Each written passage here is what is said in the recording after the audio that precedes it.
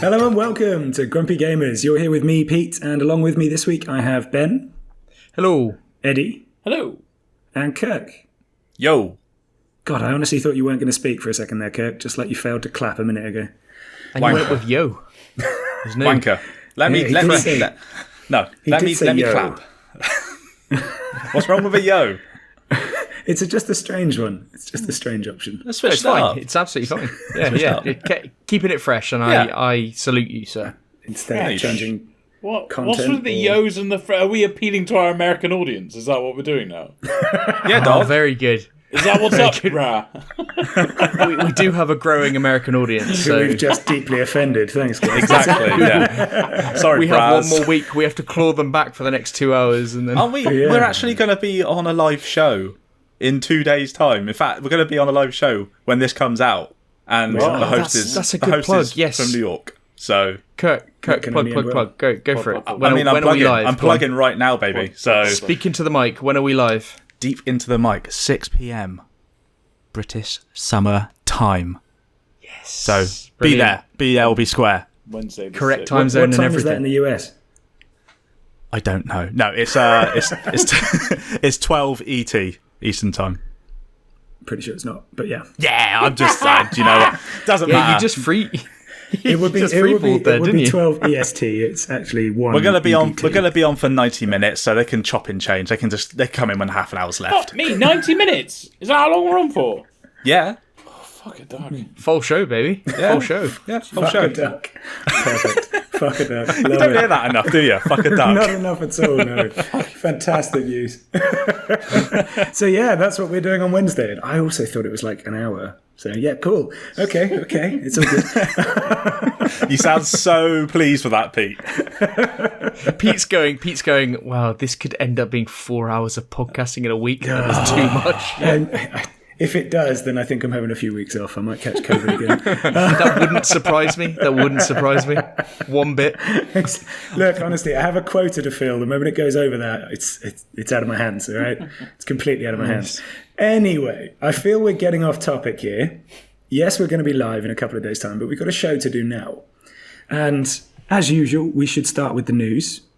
But I thought I'd take a moment to highlight that we can actually talk about Weird West in what we've been playing, can't we, Eddie? Woo! Woo. Yeah, wow, that was muted, wasn't it? When it came out, like 31st of March, was that the official release date? Yeah, it came out was it last Thursday? Yes. It came out. Yeah, that makes sense. Yeah. But so now I can talk about it. You can indeed. And your reviews on YouTube. It is. Plug. Do you want to save that plug for later? But yeah, sure. Plug. No, plug it again later. You need to continually plug. Yeah. Plug on plug crime. Can I just say, for anyone who hasn't watched it yet, take a moment of joy for the way Eddie says like and subscribe at the end. You know what? You can feel the gritted teeth. I'm glad you fucking said that, right? Because I sat down on the sofa with my missus when one of whoever you put the video up, and I've listened to it a few times, and when I say the word world, I go full Farmer Boy. Have you heard it? I tell you what, after this podcast, just go listen to the video again, and fuck me, every time I go, oh, our world! Oh, it's so embarrassing. So you're really leaning into those accents at the moment, aren't you? Well, there you go. Yeah, I've got, what was it, the Irish, the pirate, and now the Farmer Boy. What's it going to be this week? Well, stick around to find out. But we also have our feature this week, as proposed by Ben, is on the impact of toxicity in gaming, which, given the content and style of our podcast, should be very much on point for how we discuss things. We're not toxic. No, 3 of us aren't. No. Oh. But for now, I feel we should move on to the news, don't you? Let's do it. Let's do it. Aren't you first? Ben is first, I've got quicker news, haven't I? Yeah, I've got quick news. So I was thrown all off the ball there because the dogs are going mental and I'm in the house alone and I've got to deal with the dogs. So yeah. Apologies, but we got the quicker news. So this week, the developers of Abandoned. Do you remember them? We do. Do you remember that they were hitting the headlines last year for coming out of all this nonsense, making out like it was a huge game, and then we were left with nothing on the teaser trailers. So they've been talking again, and the take home from it is that it's still a load of shite and it means nothing, and they're just talking around in circles, and it's not a real game, is it? It's just a hype generator, isn't it? That's the attempt. Yeah, absolutely. I like the main. I don't want to go into what they've said or whatever, and I think they've done some interviews as well. But how does this happen? How does Sony promote something through a state of play or something, and it just be nonsense? Anyway, so the next quick news story. Well, it seems a bit of a shame to call it quick news. Sorry, the Fallout writer Scott Benny, who's aged 61, has unfortunately passed away. He was a writer and contributor for the original Fallout, and he was also the person who named Dogmeat. So that's sad news in the gaming community. He didn't even last a year without Dogmeat, did he? Because Dogmeat died, was it about 6 months ago? Oh yeah, it was indeed. Yeah, the true dog that it was named after. It should be pointed out that it was, I think he renamed Dogmeat because his original name in Fallout 1 was a lot more offensive and something Eddie often says about games. Dog? Yeah. Wow. Oh, yes. Right, okay. So he renamed it to the name we all now know and love. Yeah. Okay, well. Yeah. And the third quicker news is Jim Ryan talked about live service games. Now, I thought this was a bit weird because he made out that he believes live service games will be the dominant force over subscription services going forwards. Now, we do know that PlayStation are set to release something crazy like 10 or 12 games. live service games, aren't they? Games. Before 2026, is it? So the next 4 years, it's 10 live service games. But he thinks that's going to be the dominant force and not subscription services. I think that's a weird thing to say, just as you're going to release your new subscription service. Yeah, strong sense of timing on this one. Not only that, they also release primarily single-player experiences, and the dominant force is they're going to be switching gears to say, no, our live service games are going to be the bread and butter. Okay. Yeah, right. Yeah, exactly. It's very counterintuitive. On a slight tangent, we talked about the PS Now, PS Plus convergence to a new PS Plus package that's coming out in a few months. We talked about that last week. Yeah. But something that has come out is that if you do have a subscription to PS Now at the moment, and that runs over past June, that will automatically be converted to the premium top tier package. So that potentially saves quite a bit. So if you did, but don't get ahead of yourself and think, oh, this is exactly the same as what happened with Game Pass, and when you could buy like Xbox Live Gold or whatever and just convert it over, whatever it was. They've taken the PS Now annual subscriptions off of a lot of websites and the availability to buy it. So yeah, so I think unless you've already got it or you can find one within the next few days, you're probably not going to be able to make that top tier saving. Yeah. But I think it was quite a lot. I think it was like $120 odd down to, or $170 odd down to 60, the equivalent. So it's pretty big, isn't it? Yeah, I think it was within that region. Don't they have that? Am I right in thinking they got like 30 million plus subscribers anyway to PS Now? I think it might even be as much as approaching 50.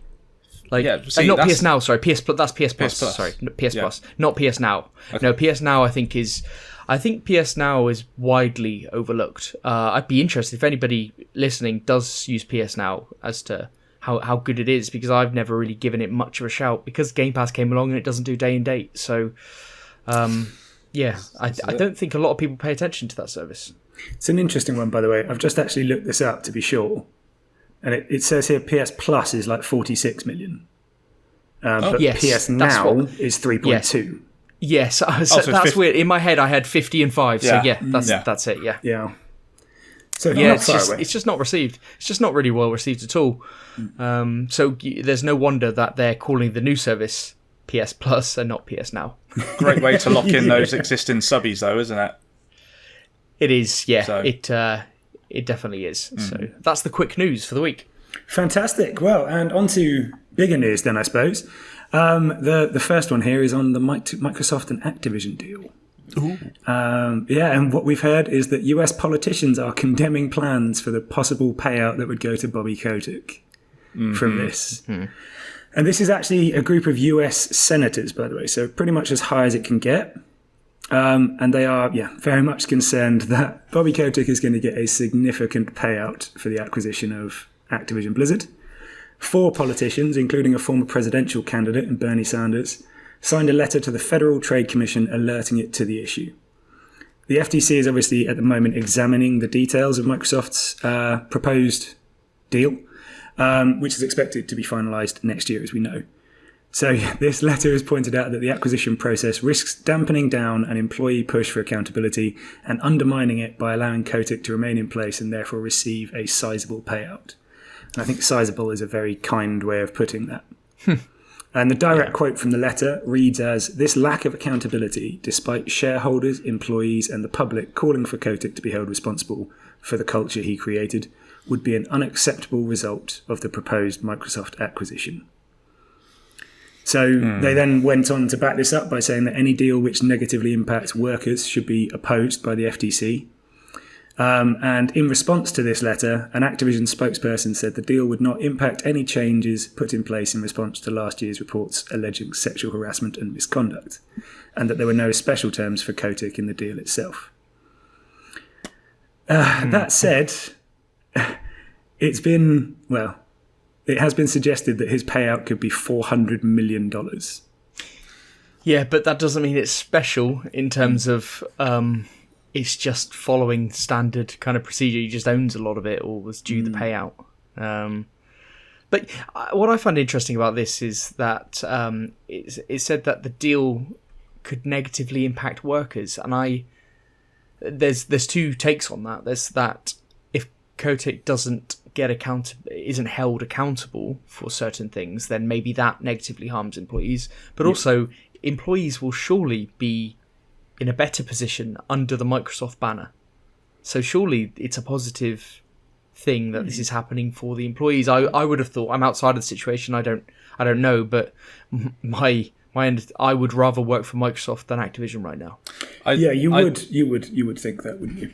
Yeah. I think my take on it is it's more to do with the people that are close to the situation with what's been going on behind closed doors and all that jazz, is that this guy, who is for all intents and purposes to them, like with the accusations that he is essentially a monster and he's going to be able to just walk scot-free and have a big payout at the end of it. That's the damage, because there's no justification for it. Where's he? How is he in trouble?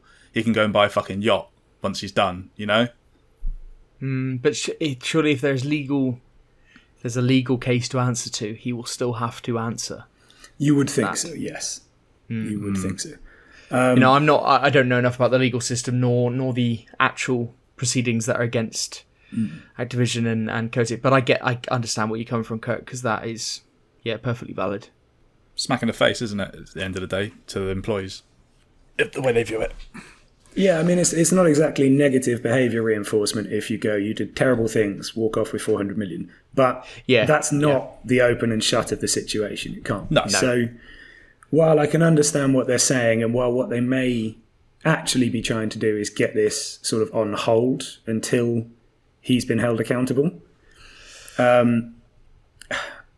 really it's 2 separate things. He's going to be held accountable by one thing, and the payout is entirely different. The thing is, the acquisition has, the acquisition is a separate issue, because a man should be held accountable for what he's done and what he, what's his responsibility. But the acquisition by Microsoft, as far as they're concerned, is a business transaction that they have vetted themselves and gone, this should get through in terms of anti-competition laws and everything. So this surely should proceed. I mean, if Microsoft think it will proceed, there's a pretty good likelihood, because they've got all the legal teams in the world that could work on this, that it will go through. I get it though, because Bobby Kotick is just seems like an absolute slimeball. He is a slimeball, but I mean this is negatively affecting so many other people. So and as you said it, Ben, there's two different transactions, so I don't think they should be treated the same. I think they should be treated as two completely different things. It's almost like these 4 senators have come out and they're talking about just a case, like if there was a murder somewhere, and they're talking about like something, not equating this to murder or whatever, they're separate, but if it's like they're just commenting on something random. Like, but the person, it's not the business transaction. The business transaction is separate, but there is an issue that needs to be dealt with that they're highlighting, I suppose. Yeah. But it's not their area, but they are high enough to make noise about it, and as they should, I suppose. I suppose that's their duty, in a way. Maybe. Yeah. Well, Okay, well, that was a good somber note. Exactly, doesn't it leave us on great energy leading into the rest of the news? Well, I'll take it because it's Microsoft related. So Microsoft are to reveal a family plan for Game Pass. Oh, fucking hell, of course there would be a train just as I'm about to talk. Perfect. So Microsoft is reportedly set to plug a gap in its Game Pass lineup by launching a new family plan, which will enable up to 5 users to access the service using just one subscription. It's reported to be coming out later this year. So this is according to Windows Central's Jez Corden, who's saying that he cited trusted sources familiar with the Microsoft efforts to get this done, and that the family plan has been in the works for some time as Microsoft navigated issues around royalty distribution and third-party licenses. So basically what this plan is going to reportedly offer is 5 users that are in the same country access to Game Pass's entire library using just one single membership. And obviously it would work out far cheaper than paying for 5 individual subscriptions. So this is due to come in the relatively near future, but there are still some unanswered questions from the trusted sources, such as, is this going to be just for the standard Game Pass, or is it going to be for Game Pass Ultimate? That's one of the things that people want to know. I mean, I know we're all on the Ultimate plan, aren't we? But a lot of people just go for the Game Pass subscription. But this is it's just another way of Microsoft getting Game Pass into the hands of as many people as possible, isn't it? I mean, it is. It's a strange one though, because how are they? Like, they're saying 5 people in the same country. Yeah? Yes. So they're not limiting it to within one household, as it were. No. It's just within your family. So theoretically, the 4 of us could all be on one. Exactly. Yeah. Yes, so, in the same country. In theory, that's what I would say. So yeah, say it costs £25. Microsoft already do this. Say again? Microsoft already have form in this because they do the game sharing now. Like me and any one of you could be on the same game sharing plan. Like, I buy a game, you get it, and I get it. And they know this, and I heard that this was actually something that was exploited to start. You know, when you like give somebody your Netflix password or something like that. Originally, it was like the game sharing, the game sharing on Xboxes, and being logged into both or whatever was actually, they didn't expect it to be used by just 2 friends or what have you. But then now they do know that, and they accept that. And what they've learnt is that people buy more games as a result of being with a friend, because then it almost creates an obligation that I'll get a game, you get a game, and you continue to buy like 12 games a year, whereas you wouldn't do that previously. And they've actually modelled it, and they think that you buy more games as a result. And I think with this, if they make it slightly cheaper, what I'm sure they've modelled would be that more people will get on Game Pass and they'll earn more through this way of doing it. So, and they've got form, and they already know it happens with their game sharing. I mean, I love this far cheaper statement there, because what Ultimate is, what, 11? It's $10.99, isn't it? If you're paying the full price, so far cheaper for 5 subscriptions. What, that's £54, isn't it? So is it? No, they're £44. Just under 55. Yes. It's £11. Did you hold on? Did you redo that and get further away from the right price? You did, didn't you? I did. Yes. Wow. Numbers is not my strong suit. I put crayons on a screen. Okay.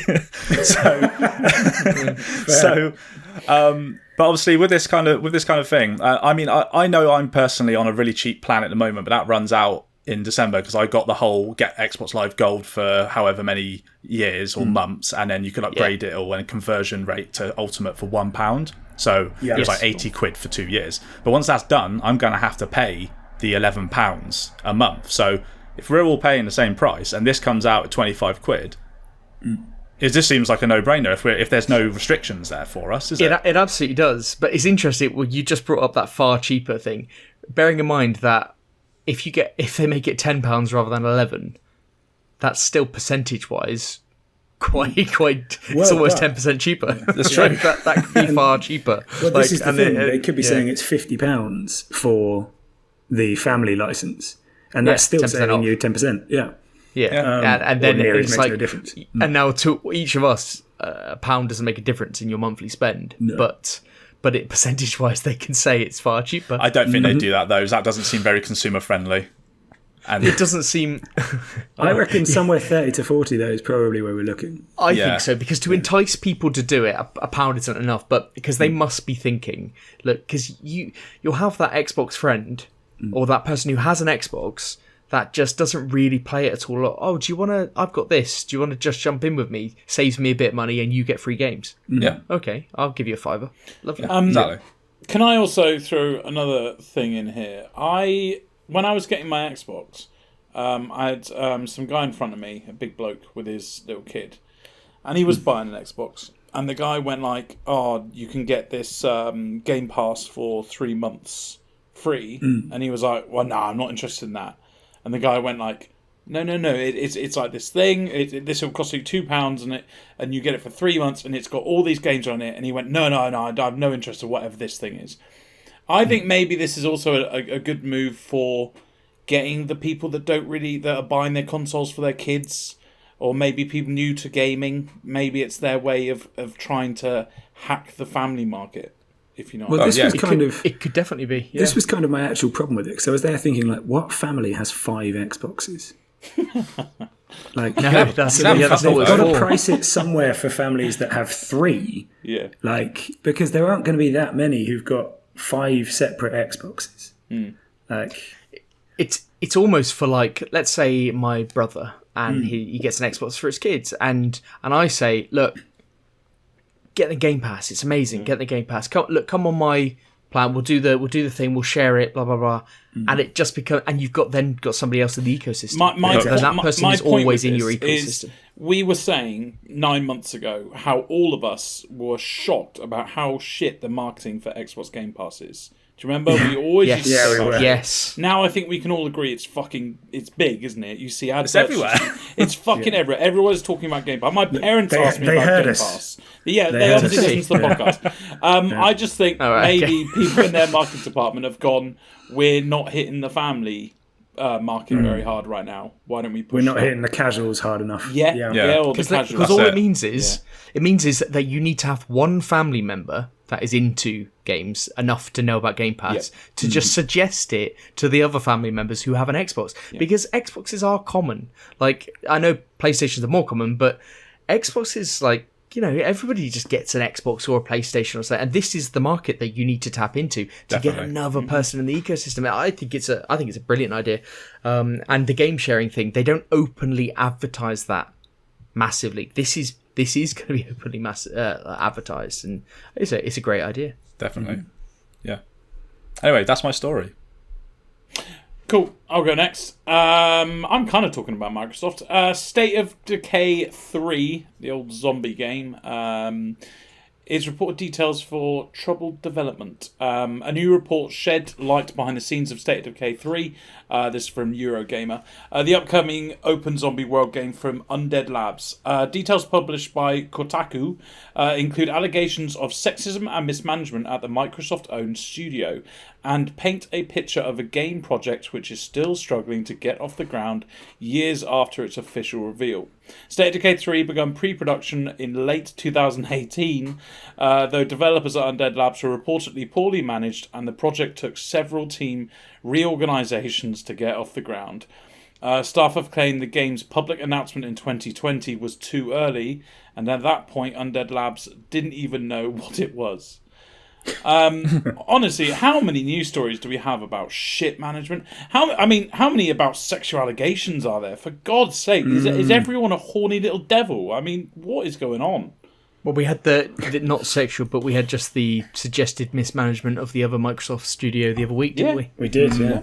Yep. Honestly, the one it's that's doing Perfect insane. Dark. Like, I mean, and some of these things that you hear, I mean, reorganisation twice in those 2 years, and it still didn't even get off the ground. Like, this must be catastrophic management.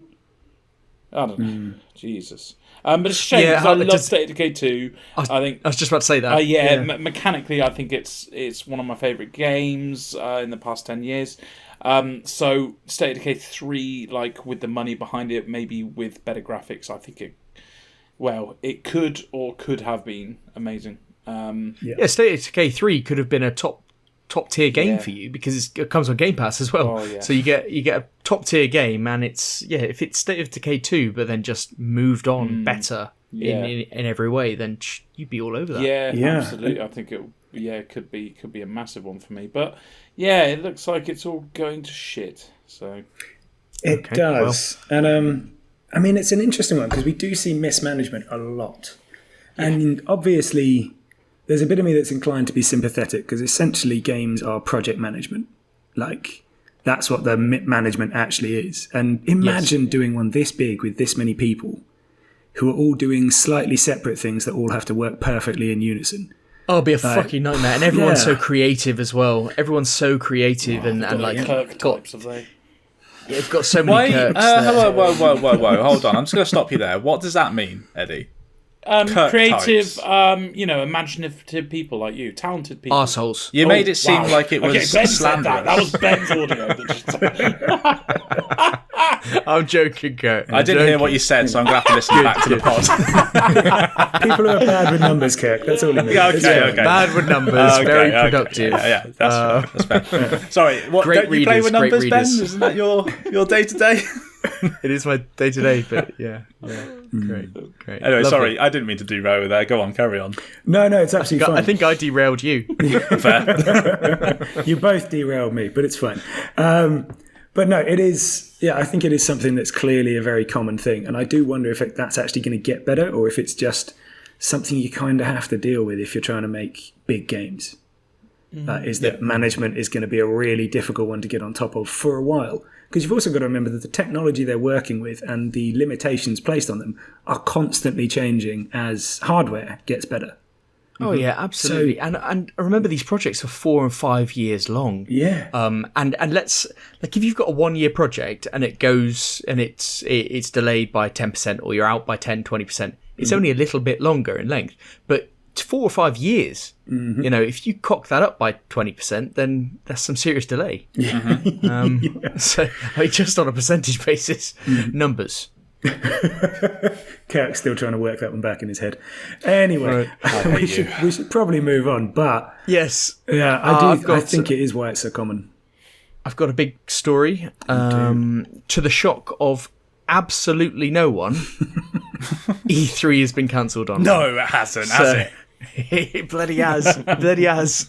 They've only gone and done it, Kirk. Oh, jeez. Yeah, so E3 has... We heard last month, I think, that E3 had been cancelled in person. It's now been cancelled digitally as well this year.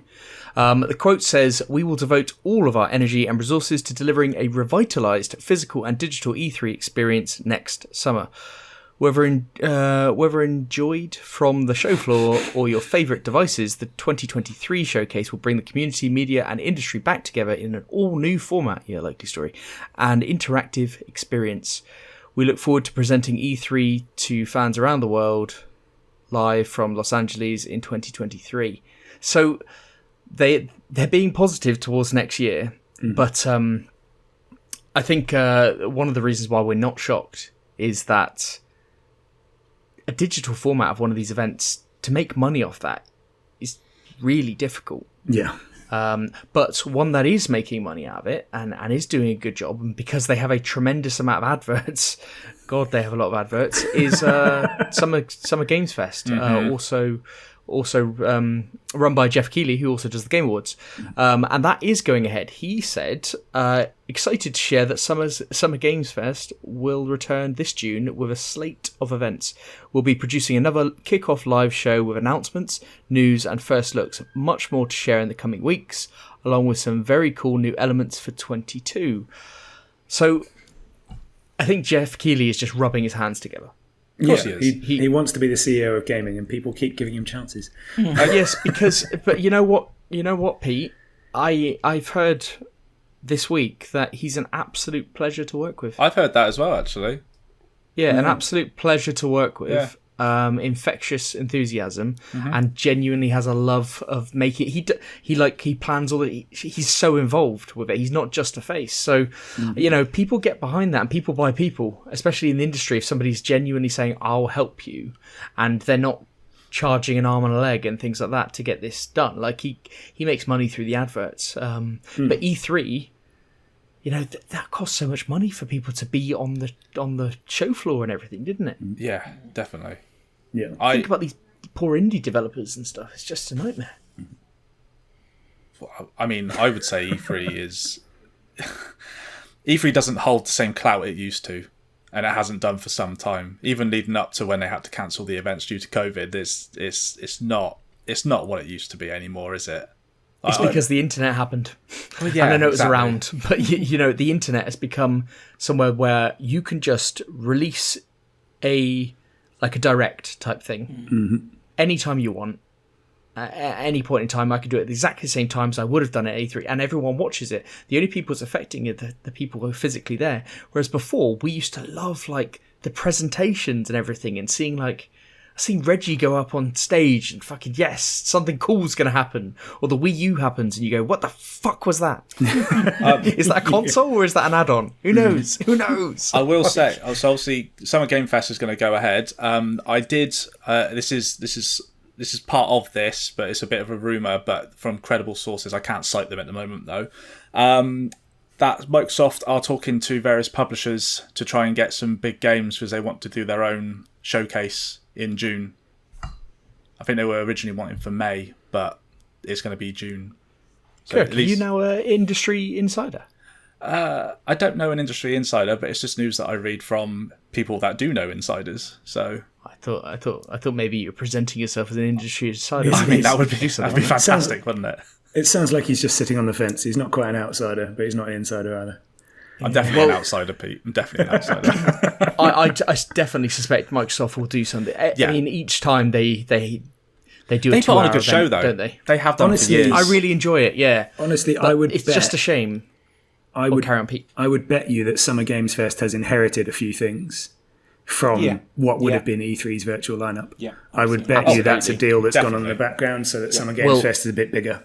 Well, Summer Games Fest, I don't know if you guys remember last year, that was the place that showed the first Elden Ring trailer. It was. That was their big reveal. It was the It was just game, before and E3 as well, wasn't it? Yes. It was a couple of days before, or the day before. I think it was the night before the start, yeah. So yeah, it was amazing. I think we're going to have almost the same stuff, just without, well, not almost, but quite a lot of the same stuff, just linked to Summer Games Fest as opposed to E3. I do enjoy Microsoft's larger presentations for their main event. It's just a shame that they carried that over to their indie events as well. Yeah. Yes. Right, and with that, we are on to the new releases. Cool. New releases. Lego Star Wars The Skywalker Saga coming out PC, PlayStations, Xboxes and Switch on April 5th. This is the big one. Play through all 9 Star Wars saga films in a brand new Lego video game unlike any other. Experience fun-filled adventures, whimsical humour, and the freedom of fully immerse yourself in the Lego Star Wars galaxy. I was going to rip into this because it's a Lego game, but holy shit, this game looks fucking brilliant. Like, honestly, I watched one video and I went, this can't be this good. And then I just watched and watched and watched. The Jedi combat looks incredible. The melee, you can combo all. Melee. The mechanics in it are look like a proper game, and it's a Lego game, so that confused me. Anyway, the space combat looks amazing. The puzzles look fun. You can go throughout the whole bloody galaxy. There's like different weathers and shit. Like I even laughed at I hate it when something says like, "Oh, we're funny." I hate that. But even I laughed at one of the videos. Guys, I can't believe I'm saying this, but this looks fantastic.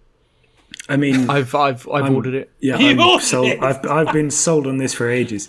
I mean, they've actually got Billy D. Williams as Lando in it, and the whole cast is pretty damn good, as I recall. And I mean, apart from the last, like the 9th one, I'd love to play this. The 9th one, I wouldn't go anywhere near with a barge pole because it was absolutely terrible. But the rest of it, not the game, the story. So much content though, like so much content. Yeah, like nine games, like amazing. Like I have ordered it. I was actually hoping that we were going to get a code because we were kind of not promised one, but they said we might get one. So, but it hasn't come. So I've had to buy it. It's going to come tomorrow. It's because they knew who you were, Ben, and they went, "We'll say that, but you'll buy it anyway." So I know. Like I thought, like, why say anything? If it does, I'll take it. Why say it? Yeah, exactly. It might just arrive now and be like, okay. No, we have to Peach on it. Yeah, exactly. Perfect. Yeah, no worries. It looks amazing. This is just the cynical in me. Do you think, like, if they made this game without Lego, that this could be one of the best games ever? Like, honestly, with the mechanics and it just so looks... weird you say that. Well, it's because I thought that earlier. Oh right, good. I thought you were going to object. I was going to go mental then. But all right, yeah, brilliant. Thank you. Yeah, I thought that earlier. I was just like, the reason this works though is maybe because I thought, why has nobody ever done this before? Because I thought it looked amazing as well. I was like, why has this not just happened before? But just not in Lego. It's like, oh, but actually, games that just doesn't happen again. Nobody just remakes films in a game format. Like, that just generally doesn't happen, and it's only because it's Lego that it's kind of given that free license to do something a bit different, isn't it? It can be quirky at the same time, can't it? Yeah, quirky, and so it's not as serious. And I did also think it probably helps with graphics, doesn't it? Because you're a Lego man, you're playing Lego people. It's not like you need. I bought this on Switch. I've sacrificed the graphics to get it on Switch. I think that's fair enough. Like, with the Lego. Yeah, game. I think for a handheld as well. Like I think that could be a good game to play in handheld. You think that of most yes, games? Yeah, I was going to say I object to all of your things. No, but my me saying this was actually to maybe get that confirmed by you guys. But I think that about every game. So. Well, apart from Weird West, which I've been playing in handheld, and Weird West is very difficult in handheld. Find out later. Spoilers. Spoilers. Chrono Cross is our next one. By the way, guys, it goes downhill from here. I'm going to let you know right now, that game looked amazing. These aren't great. Chrono Cross, the Radical Dreamers Edition, coming out on Switch April 7th. Chrono Cross is an RPG that transcends time and space, unfolding across two interlinked parallel worlds. Farmer Boy! With over 40 party members to meet, people and dimensions will intertwine in this epic drama about the planet itself. Chrono Cross came out in 1999. I had to look that up. To me, it looks like another Final Fantasy VII game. I never even heard of the other ones. So, yeah, I have nothing else to say. Do you guys know it? Did you play it back in the old days? Never heard of this before in my life. Right. You guys know what Chrono Trigger is, though, right? Nope. Chrono Trigger. What? God, Kirk, you're on a gaming podcast. This is our industry insider. Oh, days. Anyway, this is the prequel, but I think people were waiting for Chrono Trigger, but we've got Chrono Cross, and I don't know. Like, I think if you say something bad about this, then you're opening yourself up to people shouting at you. But it doesn't appeal to me either because I'm not a fan of the series, and I've never played the original, and I'm not even sure that this was even released in the West, like back then. I don't know. So, I have no idea what Chrono Trigger is. It came out on Nintendo, did it? So did it come out on anything else? Yeah, Chrono Trigger was like it's a Super Nintendo game from Squaresoft. I didn't touch Nintendo. Yeah, it was a huge. It had a huge fan following. I probably only sold 1 million copies. You know. Yeah, but I mean, it's the only real thing I remember about Chrono Trigger. It was a combination of designers from Final Fantasy and Dragon Quest. Yes. Oh, that's came and they all together went to on make to make this. amazing And game. I think they had a writer from Dragon Ball. Yeah, Definitely. we said it in a Looking at previous it. pod. Actually, we went over it when we did our one with Adam from Switch Indie Fix. We talked a little bit about a game that was similar to Chrono Cross on that, or Chrono Trigger, and I think it's set up like the newer Final Fantasies and everything. It's that whole genre. It's kind of like a genre-defining game. Exactly. Yeah. Square Enix developed and published it. Yeah. Okay. There you go. You heard it first. Okay. Still looks shit. Next one, Slipstream, coming out on PlayStations, Xboxes and Switch, April 7th. Arcade-style racing game inspired by the spirit of the early 90s, with drifting mechanics and exotic tracks. This looks awful. Like, proper awful. They've gone for the early 90s look. This looks like a 90s arcade game. I grew up in this era. I grew up playing computer. This is the era that I started playing computer games, and even I wouldn't play this when I started playing games. But it's a driving game, so Kirk, do you have any opinions on this one? I was waiting for that. Do you know what? I would. And do you want to know why? Because it reminds me of games like Outrun. And those games were fucking fantastic, in my opinion. Very addictive gameplay loop, and the way that for all intents and purposes, it is generally like a simple mechanic for the game. But I don't know. There's just like this addictive gameplay loop to it, and it does look.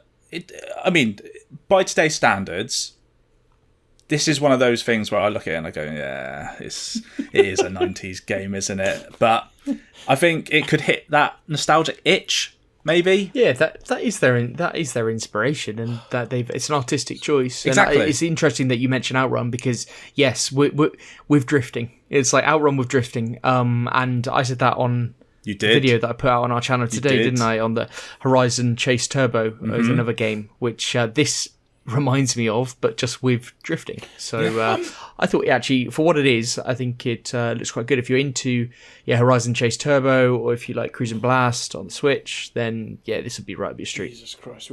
With your optimism, we need, and my pessimism, we need to go back to you doing new releases, don't we, Ben? Jesus. Can I ask a question to people who play games for nostalgic reasons? Do you continue to play those games for a long time, or is it? Let me tell you something. When I've unless it's an amazing game, I've gone back to old games and I play it for like an hour and I go, oh, this is amazing, and then literally after that hour hit, I go, oh yeah, I can't really play this anymore because it's dog shit. So you got your fix and moved out. Yeah, again. and I've it's normally I've remembered why I went, oh yeah, that's why I stopped playing this game. Or I go, oh, this is a bit like that game that came out last year that is 20 times better. So, do you ever like play a game for a long time because of nostalgia reasons, or is it just getting on, playing it, and then leaving it again? It's an interesting one, actually, because like, I wouldn't say it's for nostalgia reasons, but I'd quite happily play through the entirety of Final Fantasy 7 or 9 anytime. And it's not so much nostalgia, it's I actually think they're both really good games. Yeah, I've gone back now. to 7 a couple of times. Yeah, and I did, when I was away a couple of years ago, play through the Final Fantasy 9 mobile phone port all the way. And it was fantastic. So some, but a lot of them, like things like Civ 2, I'll play a couple of hours or a playthrough and then be like, yeah, I'm out again.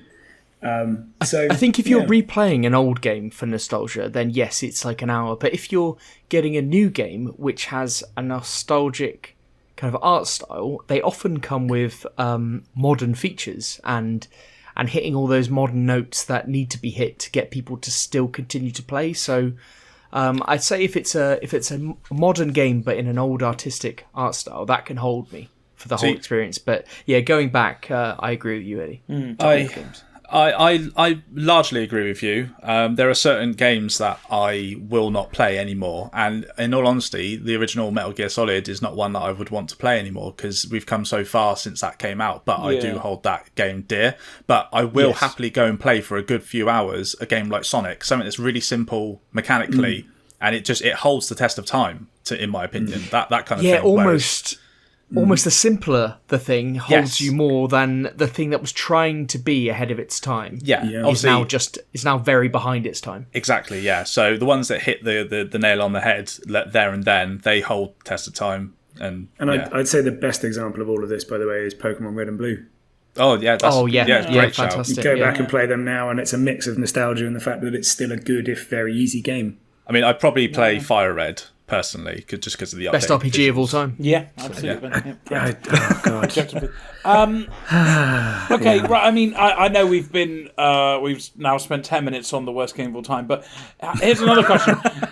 I think we've all agreed that we enjoy going back to like amazing games, but like when they release games like this, do you not think? Because they're similar to amazing games. Imagine do you remember that game like Pokemon came out? Was it last month? But it wasn't Pokemon, and we were shocked about how much it looked like. I mean, Pokemon. Coromon. Coromon, Oh, I think it was. Yeah, Yeah, which which was actually delayed on Switch, by the way. Oh, right. We didn't pick that up, but it was delayed. Oh, you heard it first. Yeah, like imagine if that came out, but with those 80s, 90s graphics. Like, would you play that? No. Thank you. That's where I was getting to, and now we can I'm move just on. glad. I'm just glad there was a fast answer. So yeah, next one. 13 Sentinels. Aegis Rim. Is that it? Aegis? Aegis? Yeah. Aegis? Aegis? Yeah. Switch. Aegis or Aegis, depending. April Aegis? 12th. A sci-fi adventure game about a group of 13 teenagers in 1980s Japan who pilot giant robots named Sentinels in order to protect their own home from an alien invasion. Back to the 80s.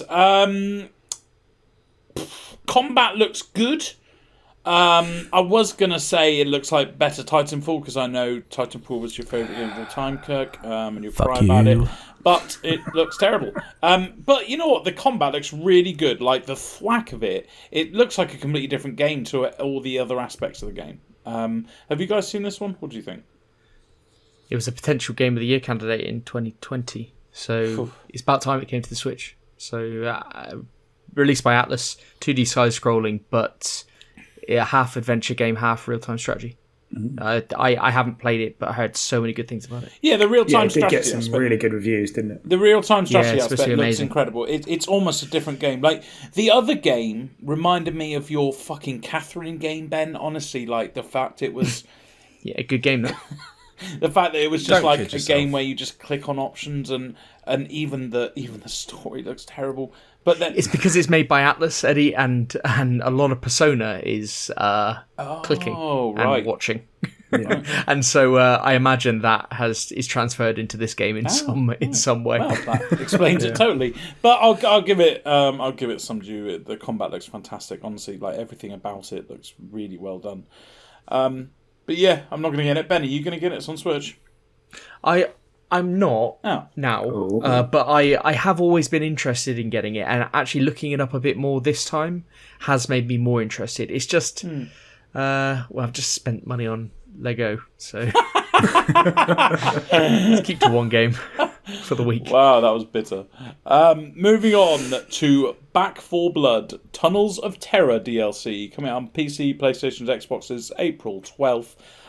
It kind of adds underground dungeons, terrifying new monsters, and new playable characters. I couldn't care less, and I even played it. This is the one we played, wasn't it? It was indeed, yes. Yeah. I wouldn't be diving into this personally myself. I think we just had a bit of fun in it. It was all right. That was it. But That's some the problem DLC with is not these- going to bring me back. Yeah, that's the problem with these type of games, isn't it, Kurt? It's a lot of fun when you're playing it, but it's not anything more than that. And that because of that, Exactly. there's no reason to go back. Like, the only reason I would go back is if someone went, I'm going to play this evening. Do you want to play with me? And I'll go, oh, yeah, fuck, that'll be fun. But there's no point of me that will go like, oh, I can't wait to get home to play this, or I don't know. Maybe I'm being harsh. Do you think Left 4 Dead, when that came out, like the reason that was loved was because there just weren't that many good multiplayer first-person shooter games? Zombie reckon that games was- specifically. Yeah, and zombie games, yeah. Do you reckon that was the reason? And now you I get think- Back 4 Blood, and it's just like, meh. It's an oversaturated market in this time now. Like Left 4 Dead, even when the second one came out, there was a lot out, but it wasn't like the media wasn't like fucking filled with zombie programs and films and stuff like that. So I think we're just burnt out of zombies personally. Yeah. All right, cool. Last game, Uragun or Uragun. You're a It's Uragun. No, that can't be it. That can't be right. Yes, it is. Probably is that. I think it is. You reckon? Read the blurb, Eddie. Read just the first line of the blurb. Take control of a friend. Hang on, it's coming out on PC April 12th, people. Take control of a friendly but deadly mech unit. Oh, I see. So you're taking control of the gun. Face endless hordes of corrupt machines. Gear up and improvise your way out of trouble in this action-packed, futuristic, top-down shooter. This is a twin-stick shooter. I'm surprised they don't mention that at all in the thing. I think this looks pretty terrible. It looks pretty basic. There's no real story or anything. And my opinion is, with the Ascent and Weird West, both twin-stick shooters, both having amazing features and mechanics, and then outside of combat, it's still amazing. I can't see a future for this game. But what do you guys think? That's a shame, because I thought, Eddie, you were going to go down the route of saying that this looked like a better Titanfall. I mean, he's already done that joke in this show, so yeah. I know this was the one to do that. Knowing Pete will probably put it in next week's new releases anyway. So yes, yeah, you have another chance there. coming out in the States. I've only done that once. Only done that so far. I mean, percentage-wise, it's still, what were Xbox words for a 10% discount? yeah. Actually, Still a pretty high 10% amount of the time you do it. It's probably 10% of the amount of times I've done it at all. But still, I didn't think this once. looked that bad. I didn't think it Really? looked that bad. the visuals look nice. I'm not going to get like it. Yeah, they do. Yeah. They look clean and fresh. Yes, they do. Yeah, agreed. Well, there you go. That's the positive thing I can say about this. Wow. Yeah, well, that's it. It sounds like a bad week, but no, we've got Lego Star Wars coming out, so yeah, not bad. Absolutely. Yeah. Love it. Oh god, the energy with that, fantastic! I just love that it's all downhill from here, and then your presentation of it made it do so regardless. Fantastic stuff. But we should talk about what we've been playing, which is always awkward for me because, as usual, I've not played anything. So I'll hand off to someone else. Have you played nothing, or have you been. not played anything new? No, I've played nothing new. Obviously, yeah, I'm still playing Elden Ring. That's completely different. Because if it was no gaming, then we'll question why the fuck you're on this podcast. Yeah, You still also, have played about 20 hours of Elden Ring. the section is called "What We've Been Playing." Pete, what have you been playing? I've been playing Elden Ring and There you Ringworld. go. What do you want from me? Thank you. What do you want from me? Thank you. That's what I wanted. What I'm saying, it's meant to be new stuff, guys. Come on. All right, okay. I am. Well, Not me taking on secret Kirk bosses rarely in has Elden new Ring. games, so. Yeah. But he does this week. Oh, Is it new or is it? No, it's not new. It's new to you, right? Yeah, well, it's new to me and it's about a year old, so it's not far Yeah, off. So I'm close taking enough. it. I'm going then. Okay, cool. So I've been playing Crash Bandicoot 4. It's about time. So this came out last year, I believe, early last year. So the gameplay of this game is exactly as you'd expect. It feels exactly like a Crash game of old, but fresh and clean looking. Not to steal your words from the previous section there, but it's literally what I wrote down in my notes. There's a lot more going on though, and it's very vibrant, and there's some fun obstacles and enemies and whatnot. So the general gist of the story is you got Cortex. You remember the big bad Cortex with the big N on his forehead? Of course. He's planning on controlling time and space yet again, and in trying to achieve this, he escapes a time loop prison that he's been secluded to from the last game, and there are essentially rifts in time and space, and it opens up the multiverse, which you, as Crash, must save. So what this kind of leads to is the collection of new masks. So I can't remember the name of the mask that you used to have, that used to act as like your protector. But you go and collect multiple masks throughout the different biomes in this game. And they basically change up the way the gameplay is, which is really, in my opinion, quite intuitive and innovative. But they feel like they've been there all along, but they haven't. Does that make sense? Yes. Yeah, Yeah, it does make so, sense. There's a mask basically which phases objects. So you use the right trigger.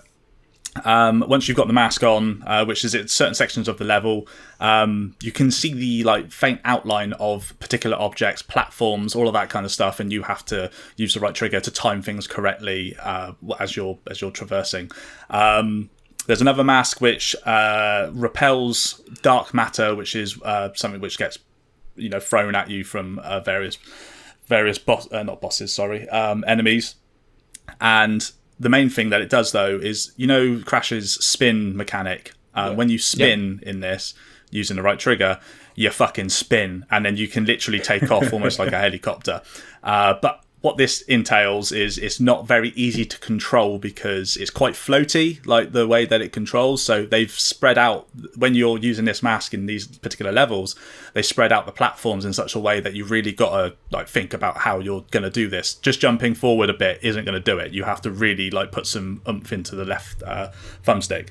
And the most recent mask I've got is one that slows down time, which is probably my favourite. So it slows down time for about 2 or 3 seconds. So you stay normal speed, but everything else around you slows right down. Again, platforms and that kind of thing. And you remember those nitro boxes? Obviously, they make a loving return in this game. There's a section where if you use the slow down mechanic, you can jump on them, and then you've obviously got enough time to run away from them, because usually it'd be an instant death or take down one of your shield barriers from the masks. But you literally have to like run with this. Now, what I find, this is one of those games where honestly, it pays off to be cocky, and it's one of the you know what you're supposed to do, but you get into a loop. And then you're like, no, it's fine. I know the timing of this platform, how it's going to come out. I've just got to jump on it this time, jump off of it, jump onto that next platform, all that kind of shit.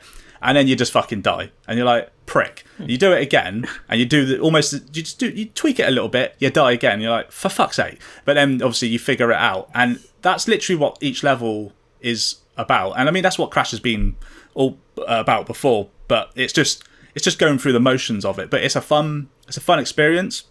Apart from one particular boss, which I'll get to shortly, which was a fucking asshole to beat.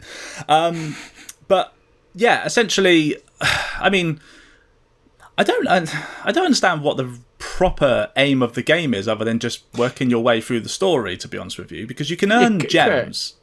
What would you recommend to somebody to get this or the trilogy? Because they sound quite similar to what I would recommend. This I would recommend this because I've played the trilogy and it's fucking hard. I don't know how I played that game and completed it back in the day. I can't complete it now, honestly. I think I used a cheat. I'm sure I used a cheat to get to the last boss. Yeah, because the trilogy is just a reskin, isn't it? There's nothing new in there. They've just reskinned the old game. It shows. Whereas this has actually this runs in Unreal Engine 4. It's built from the ground up. Does it look a lot better, does it? Yes. Oh, yeah, definitely. Right. I thought the remaster or the remake was good. I thought their shine they put on it was really nice. I mean, it was like the Spyro Reignited trilogy, wasn't it? It was a new lick of paint, and it makes everything vibrant, more colourful, more like interesting. But this because this is a new experience, and like I said, these mask mechanics really do kind of like they feel like they belong, but it's just something different. So the level design, again, it's clever levels. The way that they've done it, they obviously suit the task at hand, whatever you've got, your mask, and every level is built to challenge you in a particular way, and they fully succeed in doing that. I think one of my favourites was actually this level where you're kind of going through like downtown somewhere, like it's not a specific place, a made up place, obviously, but there's this really cool jazz music playing in the background. And there's like trumpets in the music as well. And there are these ghosts which are playing these trumpets, but they are in time with the music, and they shoot projectiles like vertically down. Not vertically down. They shoot them right down, which obviously gets in your way. And it's just cool how they've like kind of blended the music in with things that are actually happening on screen that could essentially kill you. You're not the only one in this game though. You can play as Coco, which is Crash's sister. Essentially, it's just a different skin for the character. It like her moves are exactly the same, so it doesn't matter which one you choose. It just depends if you want to be Crash or her. But there is there's a couple of new characters that I've played. There's what is he? He's like I think it's like a crocodile, I think. I may be getting that wrong, but he's like a crocodile that you play as for a short period of time. And I think his name's Dingo. He's Australian, obviously. And the mechanic of the way that you play him, the way that you control him is very different to Crash. Like, he's not as nimble. You can tell he's like heavy-footed, that kind of thing. He's got this vacuum, essentially, which you suck TNT into to then push forward so you can blow up certain areas to get through and like take down certain enemies and all that.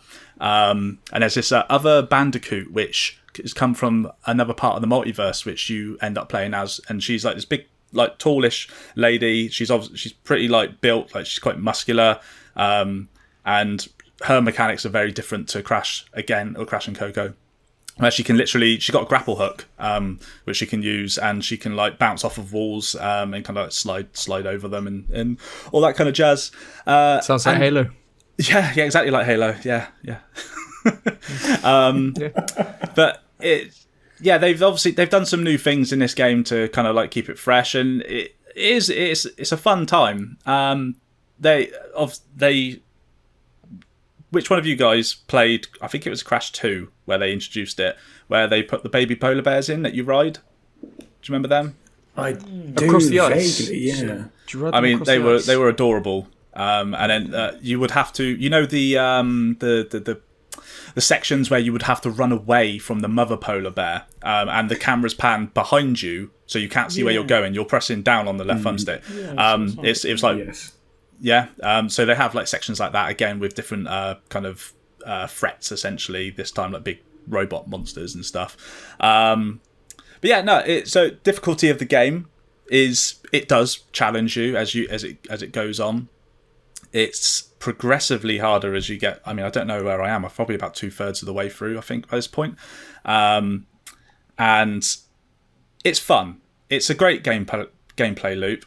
The bosses are piss easy up until I got to Cortex in his boss, and I died 30 times on the same section, which was pissing me off. But have you ever played games where you die, and because it's an instant respawn basically, and they repeat the same dialogue that you just had, so you get to the next section of the boss and it says something fucking annoying, and then you hear that again and again and again, don't you? Yes. Well, they seem to have taken that out, which I really appreciate, because they know you're going to die. So so Cortex said something which would have pissed me off if I had to hear it every single time that I died, but they removed the dialogue once you've died the first time, which I really appreciate. Like, it's little quality of life things like that to stop you from just like banging your head against a brick wall. And for you, Ben, because I know this is a nice little you like a bit of accessibility in games. The older games you never used to have a shadow underneath you when you were like approaching the ground, so you couldn't actually see where you were going to land. You do have this feature now where you can. It's on by standard, but it's like a little yellow circle, and then a shadow underneath it, so you can actually see exactly where you're going to land. You can turn it off if you want to make things more difficult for yourself, but it's just one of those things which I like, because I want to play the game, and it's hard enough as it is anyway. I don't need to make it any harder. So I'm a big fan of accessibility, but I didn't realise I had that moniker. But yeah, definitely one of your many hats, Ben. Definitely, fine, absolutely. I'll take it. But that's fine. I'm the champion of accessibility. So I mean, for basically, really enjoying the game. It's got an addictive gameplay loop. I much prefer this over Spyro, to be honest. I mean, I enjoyed Spyro, but I don't have the like want to go and pick it up again. I'd rather play this because I'm having much more fun with it. And there is a fuck ton to do in it if you really wanted to, like collecting all the gems to unlock various skins, and just like where you can collect gems in later levels, which then you can go back to previous levels that then unlock further paths for you, all that kind of jazz. So yeah, it's a really good game. Really enjoying it. Okay, excellent. So I assume by that you're going to complete it. Yeah, I think I will. I do. Also, I paid for it. I paid for it as well, so I want to complete it if I sell it. Yeah, fair enough. That makes perfect sense. I do. So- Well, So I go next. there we go. Yeah. There you go. I have been playing Weird West. No, you Yes, you haven't. have. Yes, you have. Oh. Developer Wolfeye Studios gave us a reviewer code, which thanks very much for. I bet they didn't want me to Dwarven did review it, it, but but tough shit. Publishers are Devolver Digital, so big publishers. Came out March 31st, as we said, which was last Thursday. There's a YouTube video, plug for the second time. Second plug. Go watch it. It's my review. I'll talk about it briefly now, though. It's a twin stick shooter RPG. So the RPG elements are fantastic. The out of game RPG elements, the voice acting, the atmosphere, the drawings are incredible. Really, really good. The inside RPG elements are also great. Meeting new people. The storyline of each character, you play 5 characters and each one has got his own very unique storyline because they're so different characters. It's not like, oh, one's a man and one's a woman. It's like Pigman and there's a werewolf and there's a priest thing and yeah, so it's all very different. The mechanics are fantastic. They've got all sorts of things. They've got bullet time. They've got your abilities and perks, which means you can do special things. They've got things like setting on fire to oil or maybe electrocuting in water, which helps. Loads of little different things that make each combat situation unique. So even like stealth. Like there was a time where I had no ammo or anything, and I had to go around and kill everyone quickly, dismantle their guns, and then carry on fighting again. So yeah, like a lot of good things to say about this game. Really enjoying playing it. There's a few things that I don't like. I don't like the fact that there's 5 characters. I like to play one character in an RPG, which is a bit of a shame. But you know, they do it the best they can. That sounds kind of bad. Yeah, you said that you mentioned about, was it your perks carry over, but your abilities don't, or the other way around? Yeah, I think it's the other way around. Yeah, I think abilities come over, but perks don't. So yeah, there is that sort of progression, but there's also kind of not because you're playing this completely new character and whatnot. So yeah, like it's the inventory problem that I mentioned in the video as well. You get filled up with inventory all the time. Kirk, didn't someone on Twitter say about renting out a safe deposit box in the bank? It's a comment on your YouTube video. Oh, No, was it that's on our YouTube video? Yeah. It's a great shout, but like that opens up a few slots and you have to go back to the bank anyway. So I don't know how much that would help. But yeah, look, it's 2 very small things. And hey, a lot of people might like the fact that there's 5 characters in the game because then it keeps it interesting. For like you, Ben, or you, Kirk, who like your shorter games, it might keep it more interesting. Otherwise, it's a fantastic game. It really is an RPG. For a twin-stick shooter, which I hate, I think the combat's still amazing because of all the little mechanics and cool little things that you can do. If this came out last year, I would say it would be a Game of the Year contender. Truly. Wow. Because it's a completely different game to The Ascent, but at the same time, it's probably a little bit better. Because the storytelling, the storytelling itself is fantastic. Wash your mouth While out. The Ascent is, like the story is. I mean, Pete said it. The story's okay. Don't get me wrong. The world building around it is fantastic, but even still, like this has got so many different things. Like I like. There's so many cool things. Like the graveyard's filling up the more people you kill. And like the first time where I got bored, That's a great touch. Yeah, like I got bored and killed all the people in a village, and I went back there later on, and there were like a few people like starting to inhabit the village. I mean, how cool is that? That it remembers all that shit. Yeah, really, really well done game. Like whoever's created this game, pat on the back, well done. Let's keep on creating more of these.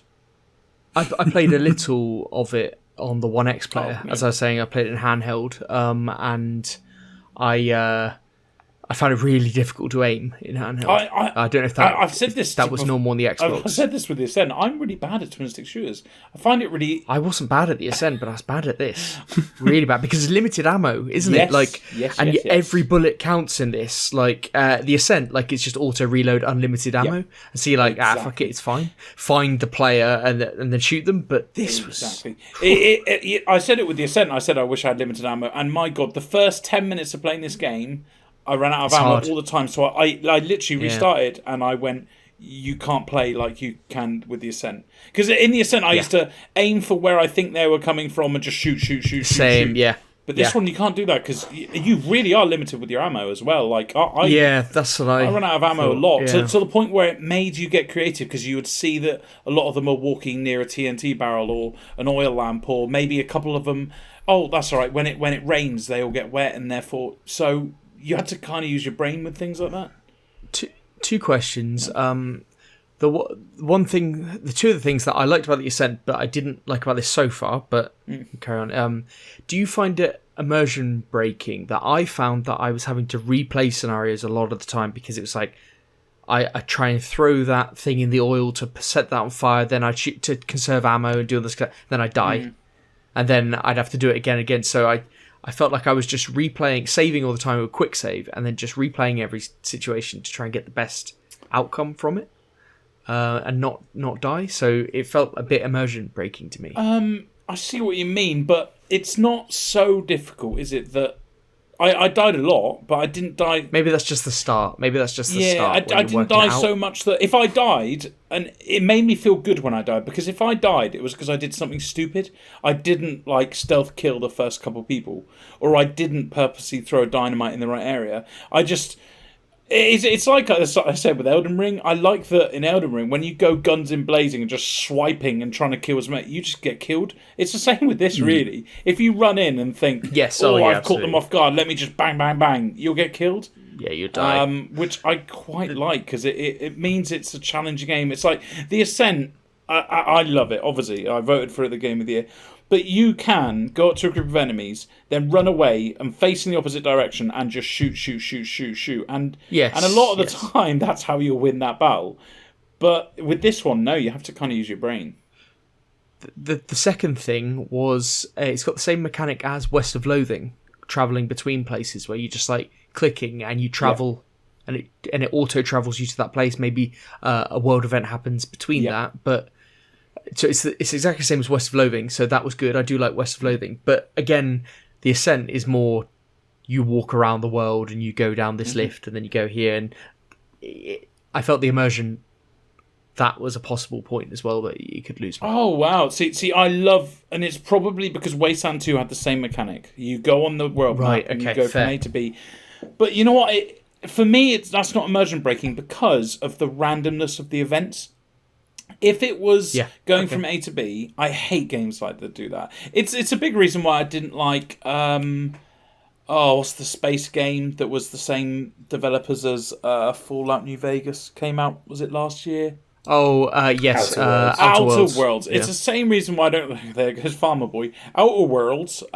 It's because you went from A to B and then that was open world. I don't like that, but when it's got the ambush kind of thing, or things can happen, you feel like you're actually travelling. And you can actually, in this game, Ben, you can buy a horse, but obviously at the beginning you can't because it's too expensive. But when you steal a horse and you go from A to B, you go like 4 times quicker. So there are kind of things that you go, oh, shall I steal this horse and risk getting caught, blah, blah, blah. But then again, it's better because you might not get ambushed. And the different ambush things are fantastic. There's like... I think I've come across like 6 different ones or whatever. You know, one's like a trader. One is I found a load of abandoned dead people who had obviously just been ambushed. There's plenty of you've been attacked kind of scenarios. So for me, that was fantastic because it kept it interesting on the world map. And this is on Game Pass, isn't it? Game Pass, yeah. Game Pass, free baby. if you got Game Pass. Grumpy Game Pass. So watch our YouTube video. And then go. You need to watch the YouTube video you must watch the YouTube video like first. And subscribe. Yeah. Like and subscribe. There you go, Eddie. You're getting it. Good. Nice. Oh, right. Tragic. Good stuff. Shall I move on to mine then, Tiny Tina's? Well, you are the only one left. Yeah, Tiny Tina's Wonderlands. It came out a couple of weeks ago, so I've been playing that one. I've only played about 5 hours, and I'm not a Borderlands veteran by any stretch of the imagination. I played the first 1 and 2 in the Handsome Collection, and I played them co-op, so I never really acknowledged the story much, just playing through them, the general loop and everything, but I never really appreciated what Borderlands was and the proper loop mechanics to it. But I also doesn't really games where you don't get attached to your gear and your weapons. I'm not really a fan of that usually, but these games are generally, there's a better weapon, swap it in, there's a better thing, swap it in. So it never really appealed to me. But this one, because it's kind of like a Dungeons and Dragons feel to it, you're playing this game. It's a fictitious world within the fictitious world of Borderlands. So you're playing basically a D&D game within Borderlands, and that allows them to mix it up and just do different things. And actually I thought that just seemed a lot more interesting. So I did get it, and you can create your own character, and the creation tool was pretty cool. Creation tool is pretty cool. The voices make you sound thick as fuck, so not really sure what that's about. And it kind of annoyed me of the backstories. You pick a backstory which then affects your stats, your starting stats and everything. I basically chose the one which was like Village Idiot, because that seemed to have the fewest stat hits. Didn't like that either. But the starting classes are cool. You get classes, they get special moves, you get like companions and all that kind of stuff. It actually like made me spend more time on my character creation than I would usually do, just because of that fact. And I think you get a second class as you go through the game. But the story itself is told by Tiny Tina on this kind of D&D game kind of situation thing that she set up. And I personally didn't find her annoying, but do you guys remember the trailers? Oh, yes. Yeah. God, you hate her more than me. How could you forget the trailer? Yeah, so I personally don't find her annoying. And I think you have to have seen the trailers and gone, no, I will not find this annoying to proceed, I think, because you could definitely find her and the character interactions very, very annoying. She likes to shout the last few words of all of her sentences. It's a really weird artistic choice, I think. Really weird artistic choice. Anyway, I don't mind it. I thought it was all right, and I found a couple of things actually quite funny. And I don't usually laugh at games or in life in general much, but this made me. So that was good. It is linear. Don't be fooled in thinking that it's not linear, even though it's like this Dungeons and Dragons thing. It's got an overworld, like a board game, which you go around and then you basically get encounters, or you enter like almost levels and events. So that's kind of how the world mechanics work. You have spells in the game, which I don't think have been in previous games. And as you work through these like encounters, you just unlock new story, as I said, in this fairly linear progression from what I can see.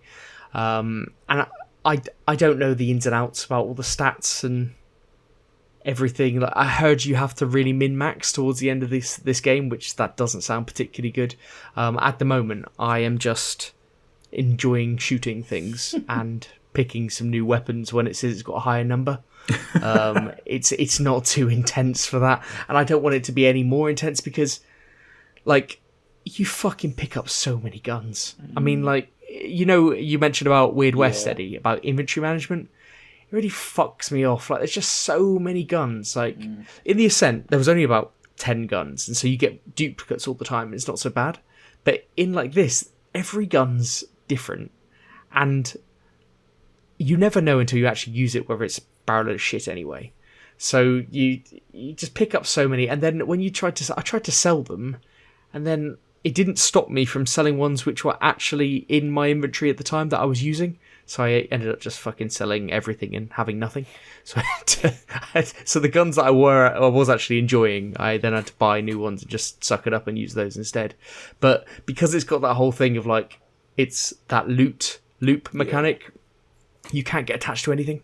Like, it's just the new thing comes along. And even with the spells are quite cool. And, having just played Elden Ring, love a fucking spell. So yeah, I did enjoy those, but I found the descriptions, and it could just be me, I could just be stupid, but I found the descriptions just really difficult to tell the difference between the spells. So if I liked one and then I changed it, it took me ages to fucking re-equip the one that I actually liked. So a couple of negatives there from my play so far, but you know, I'm a noob to Borderlands. I'm a noob to these types of first-person shooters in general. Played a few hours of them before, but and I didn't really care about the story. I don't really care about the story here, but it kind of hand feeds you through. It's not taxing, and the combat is on point. The gunplay is on point. That's the one thing that's really good about it. So I like the art style. I like the gunplay. So it's a nice, I think, palate cleanser. Having just been all in on one of the greatest games of all time, I think this is a decent palate cleanser just to be a first-person shooter. So we'll see how it progresses. Okay. Do you think you're actually going to complete it then? I'm not sure. I looked it up, and I think it's actually quite long. Oh. So to complete it, I think it is, and also in these games, the main thing is that the end game and the after game, like completion, like the re-looting and everything. So I can't see myself doing that. I didn't do that in Borderlands, but it doesn't mean that I won't play more and enjoy it and get my fill out of it. But I'm not sure about completing it because it seems like it might be a 25-30 hour game. Okay. Fair enough. That doesn't feel long compared to things like Elden Ring, but yeah, I get the point. Having just put in 100 hours, I mean, I'm on my third fucking character playthrough of Elden Ring right now, so... I'm surprised it's a long game, because this is a game based on a character on one of the DLCs or something like that, isn't it? Yes. Well, it is. I mean, I think it's that long, but it is... They've created a whole... Again, as I said, it's a fictitious world within a fictitious world, so they can do whatever they want with it. And that's what really appealed to me, and they have done it very well. And as I said, I actually find it relatively funny. I think what they've done is a great setup. There's good overworld. The graphically very good. The gunplay is excellent. But it's not like this amazing 10 out of 10. It's actually just quite fun to play. Yeah. Okay. Fair enough. Well, I suppose that's a good place to end it on, because I know at least me and Eddie were looking at that game going, oh my god, that looks horrendous. So good to know it's not quite that bad. No, it's not. No. But I think it's time to move on to the feature now, don't you? Cool. Yeah, let's do that. And for that we need to talk about toxicity. Go on, Ben. Okay, yeah, so our feature is on the impact of toxicity in gaming. So we had this idea a while back because we see it in the news all the time. We've seen a lot of examples. And recently, I think in one of our news stories, we talked about how a female streamer was kind of ridiculed, verbally abused for her like Halo play or what have you. And it was very gender-based, and how that was kind of shared on Twitter and all that kind of stuff. So it's quite evident. And not only that, not even so outwardly obvious, even in so much as gatekeeping in gaming, where you have veterans of a game really gatekeeping from people starting up on a game or just not being that good, and different things like that. And there's a lot of one-upmanship for one-upmanship's sake in this whole kind of toxicity argument. So I thought we will now have a discussion about it, because we found a study, haven't we, that has been done around toxicity, and this was done by Unity, who are the game development engine that a lot of people use to learn their craft and to make games on. They released a study of just over 2,000 US-based participants, and the first thing that they concluded was that 7 out of 10 players say they've experienced some form of toxic behaviour, described as sexual harassment, hate speech, threats of violence, or doxing. Don't know what that is. I was going to say, what's it's distributed. It's a kind of online attack. I forget the exact meaning, but or other abuse of a chat. So I just thought to say, our experiences of online play. Have you, presumably 7 out of 10? Have we experienced toxic behaviour in that form? Yeah, again, we've played games with Kirk. Yeah. I'm apparently friends with Kirk. I thought that was a joke before we did the show. I'm glad that you brought that in now. Just for the listeners, I am not toxic. Okay. Shut up. To answer your question, Ben, yes, suffered from toxicity in gaming. Definitely. You shared one on Twitter the other week, didn't you? Yes, I did. Yeah, someone that lost hard to me at Rocket League and then insulted me in a way which wasn't appropriate. Oh, they must have been bad. Yeah, the most shocking thing is that they lost you on Rocket League. Wow, they must have been. But I can understand them getting a bit het up. I don't think you should put yourself in the same box as them, Ben. But okay. But yes. I mean, this is as old as time itself in gaming. I mean, I remember when I started playing Halo 2 back in the day, and my God, I mean, I was 12 at the time, and just the hatred on there because people are hiding behind essentially a keyboard and mouse. Yeah. So it's a lot easier to throw insults because of lack of fear. For punishment, essentially. It's a lack of accountability, isn't it? That's the reason why everyone does these stupid things. Yeah. Eddie, you've experienced it with FIFA. All the time, Ben. All the time. Every game I fucking play, I get it all the time. I reckon on a daily basis, I'll get it from Rocket League. And when I play, again, you choose to play with Kirk. I mean, like Rocket League's bad because it's so easy to be toxic. You know, like you're in the middle of a game and it's in between goals. The person quickly types out something horrible, and that's fine. But I've got to admit, FIFA was less frequent, but it was a lot worse. I used to get some very bad messages and long conversations. I could go through my Xbox. It's some of them are hilariously bad. And it's awful. It's really, really bad. And of course, I've experienced it with a lot of shooter games where you get the message after a game and say, it's usually I say harmless, but what I hate about toxicity is it does get your blood boiling, and it does. I am the most chill person in the world. I'm an extremely optimistic man, but my God, like when I get that message come through, even though I know I've done okay, I still go, you're such a prick for sending that. And because of that, it gets me angry. And I think that's fucking horrible, knowing that you've made that person across the world, or wherever it is, upset. And therefore, that's probably ruined maybe the next hour or two. It could be as far. If you get... I mean, I know a lot of FIFA players, they get quite angry. What happens if that person then goes on and becomes angry towards the person they see next? It's fucking horrible chain of events that can occur. It's the thing. The thing is that happens to you, and as you said, you are incredibly chill, and nothing really ruffles the old feathers for you. But give that to somebody else who's not feeling great about themselves anyway, and then it just exacerbates the whole situation. So it's not great. Pete, you don't play many online games, or you've played a lot in the past, though, haven't you? World of Warcraft and stuff. Yes, and this is the thing. I think anything player versus player, you will get toxic. Yeah. It just happens. So, I mean, World of Warcraft PvP was nowhere near the worst for it. I'd say shooters have always been worse for it, but you definitely saw it. And in my research for League of Legends, you definitely saw the levels it gets to in that. Oh God, that's got a reputation. Yeah, and that was honestly off-putting before I even started the game. Yeah. But mostly it is shooters that have always been the one where it comes from. And it's one of the reasons I play less of them these days, as well as just my tastes having changed. PvP was one of the fun bits, but when it's just like, I can't be bothered with that, you just move away from it, Yeah, the high level kind of response for me seems to be that a lot when you get a casual game with casual gamers who just like to log on, play the game, maybe that, because especially when somebody attaches something to that's their only game that they play. That also happens with hardcore gamers though as well. When it's the only game somebody plays, or it's the game that they're really good at, and they attach a lot of their self-worth to something, then they get really het up. So if I play FIFA, and to be good at FIFA, you've got to play it all the fucking time, haven't you? It's the same with COD, or Halo, any of these shooters, whatever.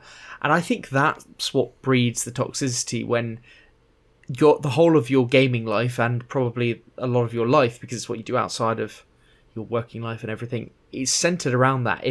if something goes against you, you do retaliate, or I can understand how it does kind of happen. But the next point that people say was nearly half of players say that at least sometimes they experience toxic behavior while playing online. So that's all the time. So when they're playing, so at least sometimes. Around 21% report experience it every time or often. That's quite shocking. Around 2/3 of players admit they're somewhat likely to stop playing a game if someone else is abusive towards them or exhibits toxic behaviour. Now that is a very interesting one. So are there games that we have not even attempted or we've given up to avoid, toxicity or, playing with other people, games for that you've just given up as a result? I'll start here, but probably not consciously, because I like to think myself as a strong man, but I never got into League of Legends, and probably there was a few things that put me off, and I've got to admit one of them, I remember messaging you, Ben, when you were trying to get me into it, was seeing about how toxic everyone was online to new people. And I knew that it's one of those games that your first 5 hours of playing it, you won't know what you're doing, and you will get your ass handed to you. So I probably got put off by this, and quite famously, I don't play FIFA Online unless I'm, I don't know, trying to get to the highest rank just to see if I could do it, every few years. But I don't play it because I found myself on several occasions being angry for like 3 hours after playing it, and that's not the outcome of games. Now, that could be the fact that I lost a game, but it's really not. It's normally where you lose a game and you get a really shitty message come up and you just get furious, and then you see they don't reply to you, and then you go, well, now I'm just angry. So I would say, FIFA, I do not play online because I don't like the shit that comes with if you lose a game or two. Has it ever impacted you, Kirk, on Rocket League to stop playing of an evening because of... Yeah, when you're I've toxic to people on Rocket League, Kirk, does that encourage you to not I had to take a break because being toxic all the time is hard work. I don't think a 72-hour ban is a break, but yeah, sure. However you want to phrase it. Kirk. That's fake news, Pete, so don't even go there. No, honestly, in all seriousness, like going back to what you said, Eddie, with when like you put someone in a bad mood because of, say someone loses a game and it puts you in a bad mood. I've lost my fair share of games as well as I've won. Obviously, you feel on top of the world when you win and you smash it, but then you feel really down in the dumps when you're not. And then you always have, for me with Rocket League, it's always just one more game, just one more, because they're only 5 minutes long, and you're like, okay, I lost the last one, I'm gonna fucking win this one. But then I just keep losing, and I'm in that really shitty state of mind. And the thing that tips me over the edge is when someone will send toxic behaviour. Now, so obviously you got the quick chat, which can be toxic in itself, as we all know. What a save! Good one. But then you do get the people on the same consoles that can send messages to one another, and they can send anything. And the amount of times I've had like you're fucking shit, or forfeit, or go suck your mum or something like that. I'm like, do you know what? Fuck off. I can't be arsed, and then I will just turn it off because I've just had enough. And it's just like, I just wanted to play the game at that point, and I just wanted to just win, just so I could feel a little bit better. But you put me in a bad mood. That's funny you said that, Kirk, because I actually go the opposite route with the Rocket League. When I get a really bad message, I don't want that bad taste in my mouth. I don't want to walk away from the game and go like, that was horrible, I feel like shit now. I actually go the opposite way. I go, right, I'm going to play another game now. And then it's nice when you see like, oh, nice shot, even though it was a tap-in. You go, thank you, there are nice people out there. But I had it 2 weeks ago where, and I said this to my missus, but she had no idea what the fuck I was talking about. I had 4 games in a row where they were unbelievably toxic. And Kirk, as you know, in Rocket League, as soon as someone's toxic, I give them a warning. And if they break that warning, then I make sure that I let in as many goals as possible, forcing the game to be about 15 minutes long. And as soon as they try and forfeit, I say, no forfeit for toxic people. And they normally quit, which normally means they get banned for 5 minutes, isn't it? It's a tiny little thing. I normally put in the message, if they're really bad, I put, please can you report this?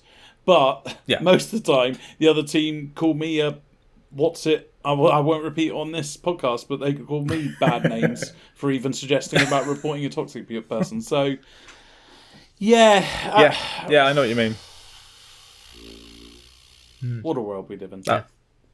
What world we live in? We picked a really positive thing to talk about. Yeah, I was just listening through, and then Eddie just went, "Yeah, okay, well, yeah, we're all down now. That's pretty good." I'm glad we're talking about it. I'm really glad that you brought this one to the table, Ben, because toxicity needs to be talked about. And it's one of those things that not only puts off hardcore gamers like me, but imagine what it can be like to people coming in and like trying new things. Well, more importantly, at least for me, it's not just people new coming in. The example we had a couple of weeks ago of the female streamer on Halo. Yeah. She wasn't even playing that badly. They just found out she was a girl. Yeah. Well, this is it. So we've discussed toxicity there, where it's just it's almost like general toxicity, and how that is so bad in itself and how it makes people feel. But think about targeted toxicity more than just your shit, like something based on gender or something like that. That has to be evil, and female gamers have to go through a lot. And I don't think, and I think you hear a lot that they don't reveal themselves as to be female gamers. I was just going to say that. Fewer and fewer people are speaking to other people whilst they're playing. I choose not to speak really to the people that we're playing with. Yeah. The last time I did was playing Rainbow Six, where it's actually quite fun. But we found some good people to be playing with, and they were just telling us what to do, or we're following them, whatever. They were helpful, but not everyone is like that. And if you're female, you hear often that they don't want to reveal themselves to being that, because then it's just opening a potential. They're victimized, aren't they? Just because they're female. Yeah. And there are going to be other areas where people are victimized as well. I mean, what we're talking about is the general toxicity. There's also the gatekeeping of just, the League of Legends stuff that you mentioned. Like that's a thing where some people are so ingrained in a game that then they just forget what it was like to be a day one. So think of this like in a job. When you have your manager or something, you join a new job and you start a new job and in a new field. And oftentimes I've thought, how many years do you have to be in a job to forget what it was like when you knew nothing? Yeah. How long does it take to forget that? Because people do. They forget what it was like to actually know nothing, and that everybody started off having never played the game. Yeah, and we touched on this earlier. The anonymity that the internet gives you in general is obviously a massive factor. But we've also got to highlight here that it's the deep level of competitiveness that people get into. Yeah. And it means that even for 5 minutes or however long, I think League of Legends is normally 15 roughly per game, you don't want to be carrying a newbie because you're, as you've said earlier as well, Kirk, you're so caught up in the feeling good when you win or feeling terrible when you lose that you then take it out on the person that you blame for it because it's much easier than taking the blame yourself as well. Yeah. So yes, there's so many factors that come into play here. And then people will look for some way to vent it. And it tends to be quite toxic. But that's a reason why I will only play games online which have a good matchmaking system for people with my own level and don't generally put you in the higher realms. When I played Halo with Eddie and Jack and high level Halo players, we were put in lobbies where everyone was high level and I wasn't very good in comparison. It doesn't make you feel good, but also you don't want to be that guy that had, other people aren't winning because you're not playing as well. Nobody wants to be that guy. And it just opens you up. Like, we play in it with a good group of mates and it's a bit different. Nobody's ridiculing you left, right and centre unless it's something fairly obvious. But not everyone's like that. If you're just playing on your own online, then you're open to everything. So I matchmaking is important to me. I will say, wasn't there that one game where you had 5% accuracy, wasn't it? It was under 40%. Under 40%. Then it was 20%. It was 20%. And now it's 5%. Oh, that's right, because I said 1 in every 5 shots hit. Yes. Yeah, it was 20%. and this is what breeds the toxicity, because then I respond, Pete, you're so much worse at Halo. Yes, you did say that. You're so much worse than me. So even though you spend all the fires. time pointing out we're the same level. But that's just to make you feel better. And this is the other thing to take account of as well, is everyone at some point has toxic behaviour. Like Yes. everyone does. Yeah, but it's just at what level and who you're aimed at. Like, we make a joke out of it and all that kind of stuff, but we would never do that to. I would never do that to just. I think it takes. I think you can speak for all of us in that respect. I think it takes I don't someone care enough special about to drop. Like FIFA was. I mean, Rocket League is quite easy to do it, but it's still a matter of pressing your button to open up the chat, typing it out quite quickly, which can take a long time with the buttons, and then sending it. FIFA's even worse because you have to open up game bar on maybe your PC or maybe even type out on your controller, and to type all that shit out. You've got to be in a certain type of mood for over a minute or 2 minutes. And what is their aim of doing it? I can only assume their only aim of doing it is to pass on their hatred for the way they're feeling right now. You know, they're ultimately pissed off. They want to voice their hatred towards someone. I don't even understand why people do the opposite. You know, when they've beaten you and they go like, you're shit. I cannot even fathom of why people do that. But I guess the other way, when they lose and they say like, you're so much worse than me, you should uninstall the game. I get that one a lot. And I guess because they're upset and they're angry and they want to take it out on someone. But still, it's not. You wouldn't do it on the street. You wouldn't get angry and then punch someone in the face. That's Will Smith at the Oscars, and that's it. That's where we draw the line. Yeah, it's a weird one. It's you wouldn't do that to somebody in person, and equally, like, I am very aware that a lot of people are a lot better at a lot of games than me. Like, that's just how it is. And a lot of other people just don't have that self-awareness. I think they always think they're entitled to win, but and that's why I like kids getting into gaming, because it also teaches you how to win and lose, not in this way. Do you know what? I think what we need some form, and I've seen this being kind of suggested on various online communities before, is some form of universal, like, reporting system that spans across all systems. You know? Yes.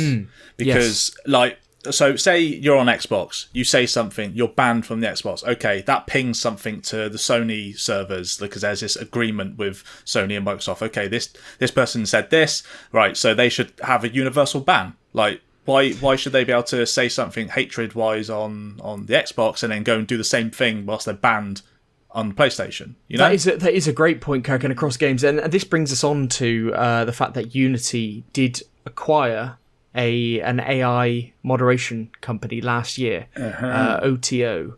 So they will provide developers with better tools in facing and tackling toxicity going forward, because it's always better. You can moderate more stuff when it's AI, and also from a privacy perspective, you don't have to have human moderation of just general conversation. So from a privacy perspective, it works as well, and that's the way the industry is moving. That type of that kind of AI moderation, and it takes companies like Unity to be at the forefront of this. Like, how do we limit this toxicity? Well, it's reporting tools, and all of the big companies have to get behind it. We've discussed Microsoft and what they do, and PlayStation will have a similar type thing, but it's one of the massive things that needs to be done. They need to work together. I think that's the result here.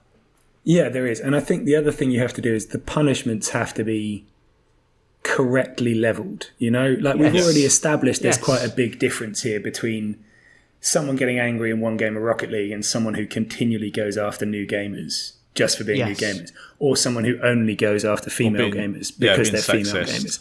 Also. Yeah, these sort of things need to be worse, and the repeat offenders need to be worse.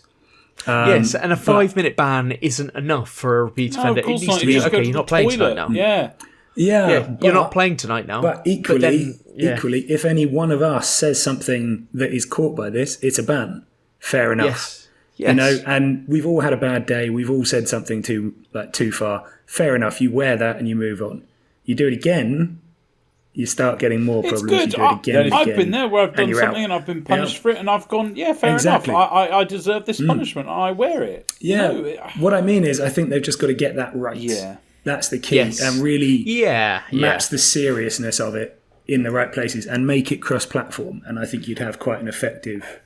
And they don't want they don't want everyone to be able to challenge everything. It needs to be quite clear cut. But yes, cross-platform, I think, is the key to this. I think it does need, as gaming is mainstream, obviously, but as it grows and grows and grows, this is going to become more important, and they need to be at the forefront of dealing with this. Mm-hmm. Absolutely. Yeah, definitely. Definitely. We're all agreed. Now we reached a consensus. We have. I mean, that's very good when it's this topic. If we didn't, I'd have been quite concerned. Defending his fellow Consensus. Toxicians. Toxicity is bad. Yes. Yeah. And, I mean, what a breathtaking revelation to finish on. Toxicity is bad. But if anyone did want to violently disagree or be toxic in return to us, how would they do so, Ben? Why are you Please don't. encouraging